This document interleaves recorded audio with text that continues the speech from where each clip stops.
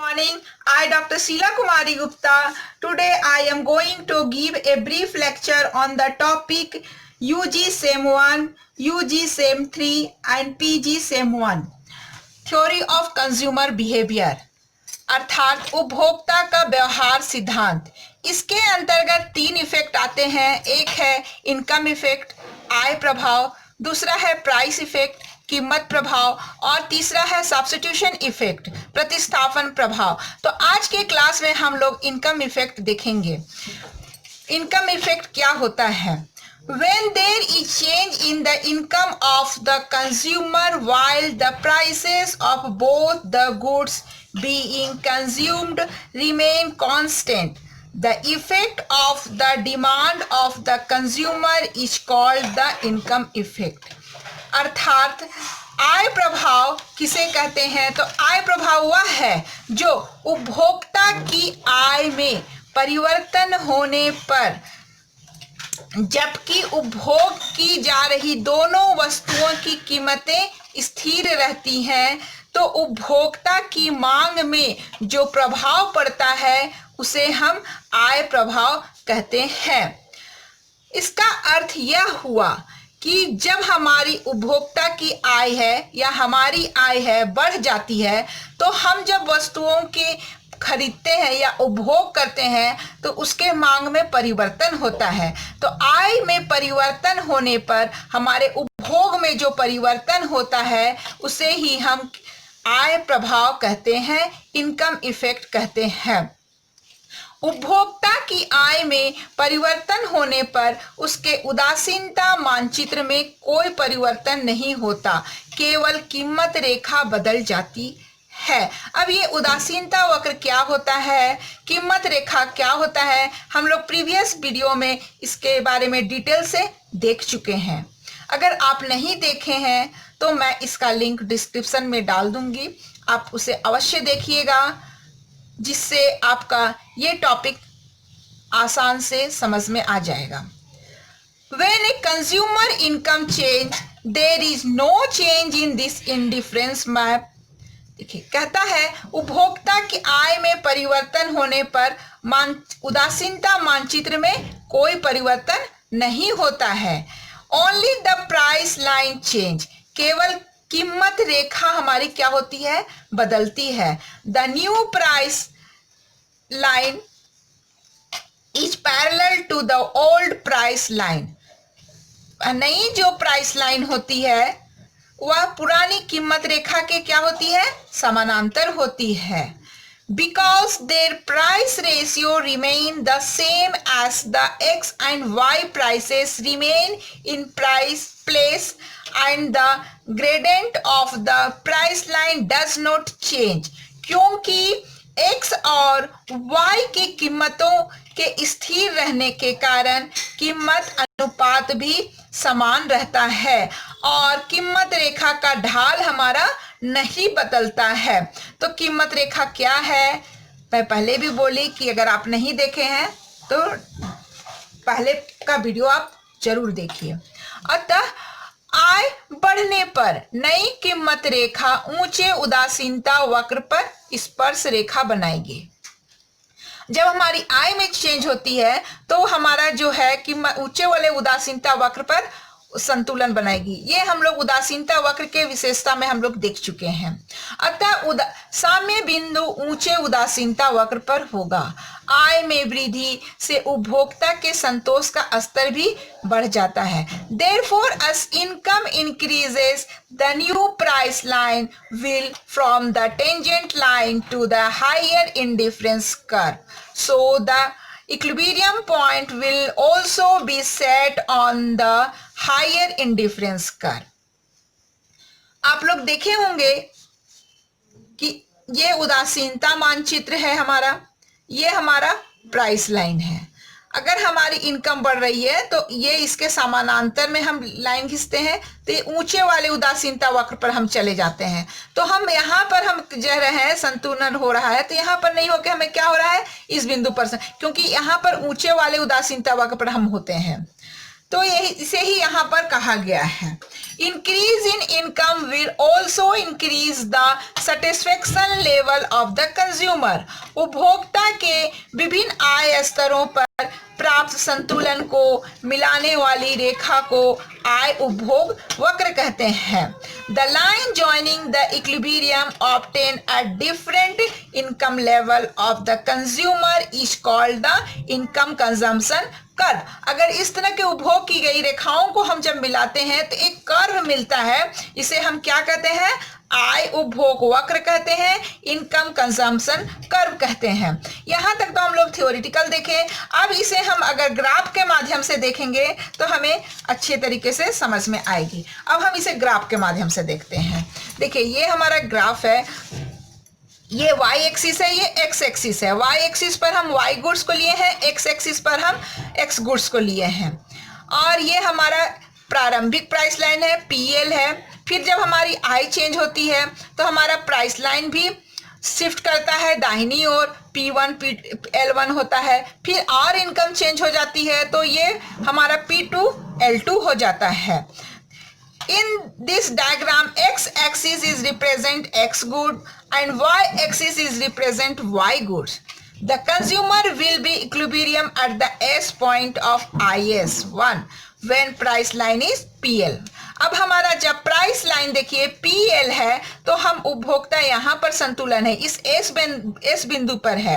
When the income of the consumer increase, जब हमारी आय क्या हो रही है? बढ़ रही है। आय बढ़ रही है तो हमारा प्राइस लाइन भी चेंज हो रहा है, P से बढ़कर P1, L से बढ़कर L1 हो रहा है। यहाँ पर देखिए new price line P1 L1 moves, consumer will be in equilibrium at the S1। अब कंज्यूमर कहां पर इक्विलिब्रियम में हो गया? इस S1 बिंदु पर हो गया।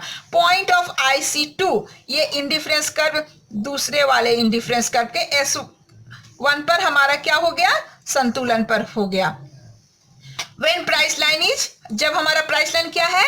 P1 और L1 है। इसी तरह जब हमारी और इनकम चेंज हो जाती है तो प्राइस लाइन हमारा P1 L1 से शिफ्ट करके P2 L2 हो जा रहा है और उपभोक्ता हमारा इस IC3 के S2 बिंदु पर संतुलन में हो रहा है।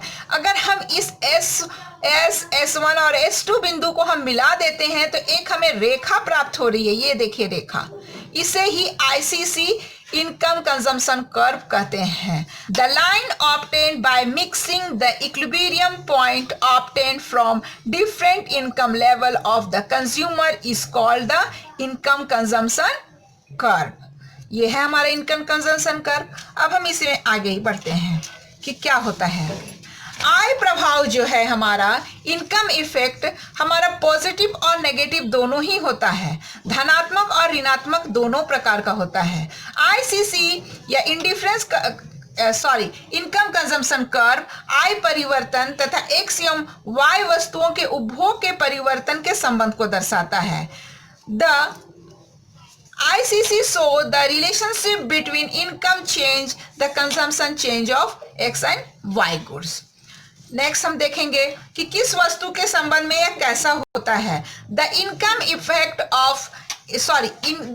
Effect is positive for common goods. सामान्य वस्तु की दशा में हमारा आय प्रभाव क्या होता है? धनात्मक होता है। Which means that the demand for both goods increases with each increases of income, जिसका अर्थ है कि आय की प्रति एक वृद्धि के साथ दोनों वस्तुओं की मांग क्या हो रही है?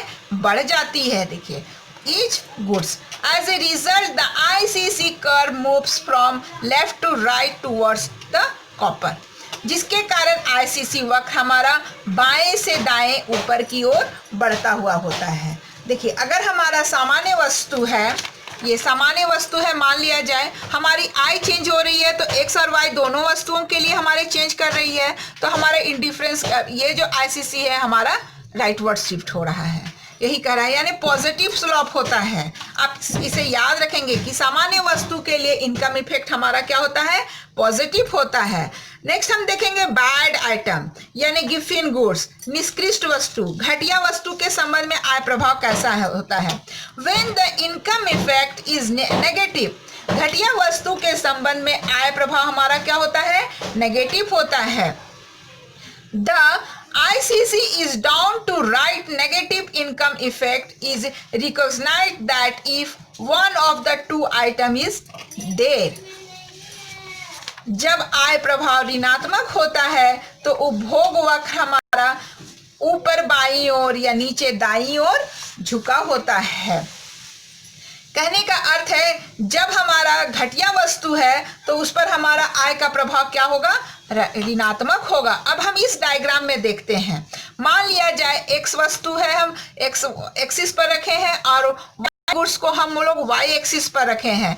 प्राइस लाइन हमारा पीएल है, P1 पीएल से बढ़कर P1 L2 हो गया, P2 से L2 हो गया। इस डायग्राम में हम देखेंगे in this figure X goods is inferior, ये एक्स वस्तु यहाँ पर क्या है, घटिया है। It is clear from the picture that as a consumer gains intelligence he buys a small quantity of the item. अगर देखिए हमारा जब आई चेंज हो रहा है, P से बढ़कर P1 हो रहा है, P2 हो रहा है, तो हमारी एक्स वस्तु की मांग क्या हो रही है, कम होते जा रही है, कम होते जा रही है। और ये ICC कर्व हमारा क्या हो रहा है, पीछे की ओर मुड़ रहा है। तो इसे आप ध्यान में रखेंगे कि जब हमारा एक्स वस्तु घटिया होता है तो ICC कर्व हमारा इस तरह का होगा, और जब वाई वस्तु घटिया होगा तो हम क्या करते हैं, ये हमारा इस तरह का होगा। वाई वस्तु घटिया है तो ये हमारा होगा। इस तरह हम कह सकते हैं कि जब आय प्रभाव ऋणात्मक होता है तो उपभोग वक्र ऊपर बाईं तरफ या नीचे दाईं तरफ झुका होता है। हमने आपको दिखाया कि ऊपर बाईं तरफ और नीचे दाईं तरफ कैसे झुका होता है। तो x जब घटिया होगा तो ये इधर की ओर झुका रहेगा, और y जब घटिया होगा तो ये इस तरह से हमारा झुका हुआ है। कि ऋणात्मक आय प्रभाव से अभिप्राय यह है कि दो वस्तुओं में से एक घटिया है या हीन वस्तु हो तो आय वृद्धि के साथ हीन वस्तु के उपभोग में क्या हो जाती है, कमी हो जाती है। देखिए हम अभी तुरंत एक्सप्लेन किए हैं कि जैसे जैसे हमारी आय बढ़ते जाएगी घटिया वस्तु की मांग क्या होने लगेगी, कम होने लगेगी। आप इसे ऐसे भी करके देख सकते हैं। देखिए धीरे धीरे हमारी क्या होने लगेगी, आय में कमी होने लगेगी। अब इस डायग्राम में देखिए, इस डायग्राम में हम पहले ही बताए कि वाई एक्सिस हमारी क्या है, घटिया वस्तु है। From the picture it appears that as the income of the consumer increases he buys less quantity of Y item.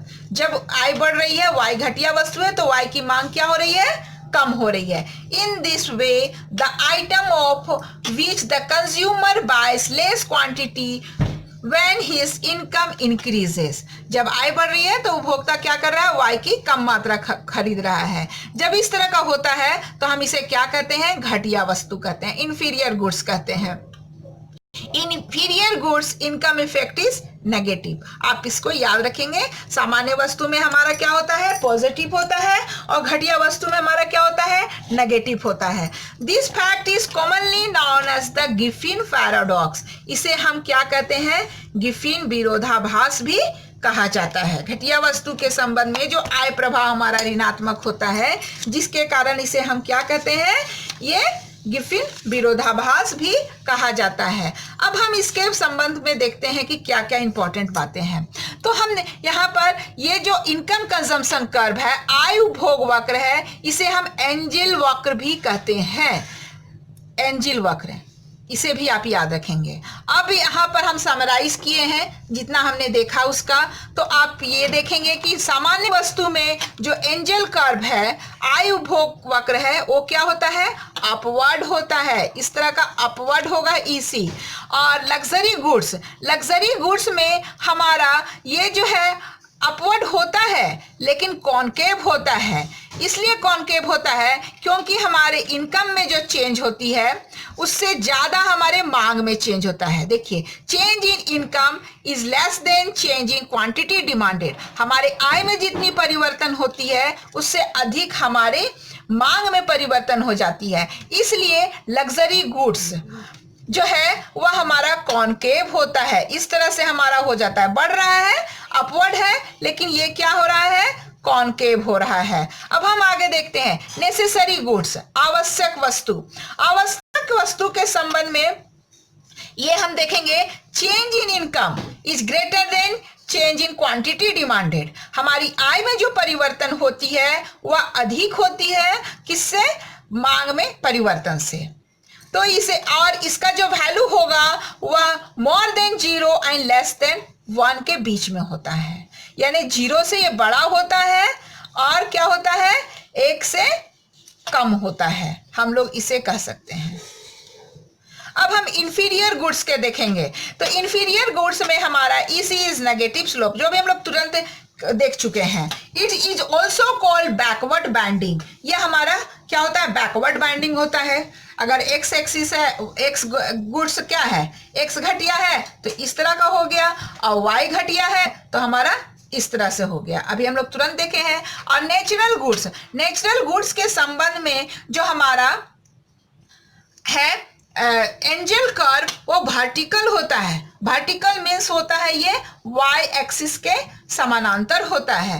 तो ये हमारा इनकम कंजम्पशन कर्व के संबंध में ये महत्वपूर्ण बातें हैं, इसे आप याद जरूर रखिएगा। ये कंपटीशन एग्जाम के लिए दृष्टि से भी बहुत ही इंपॉर्टेंट है। नेक्स्ट वीडियो में हम लोग इसका दूसरा जो है प्राइस इफेक्ट उसके बारे में देखेंगे। उसके बाद हम लोग सब्स्टिट्यूशन इफेक्ट देखेंगे।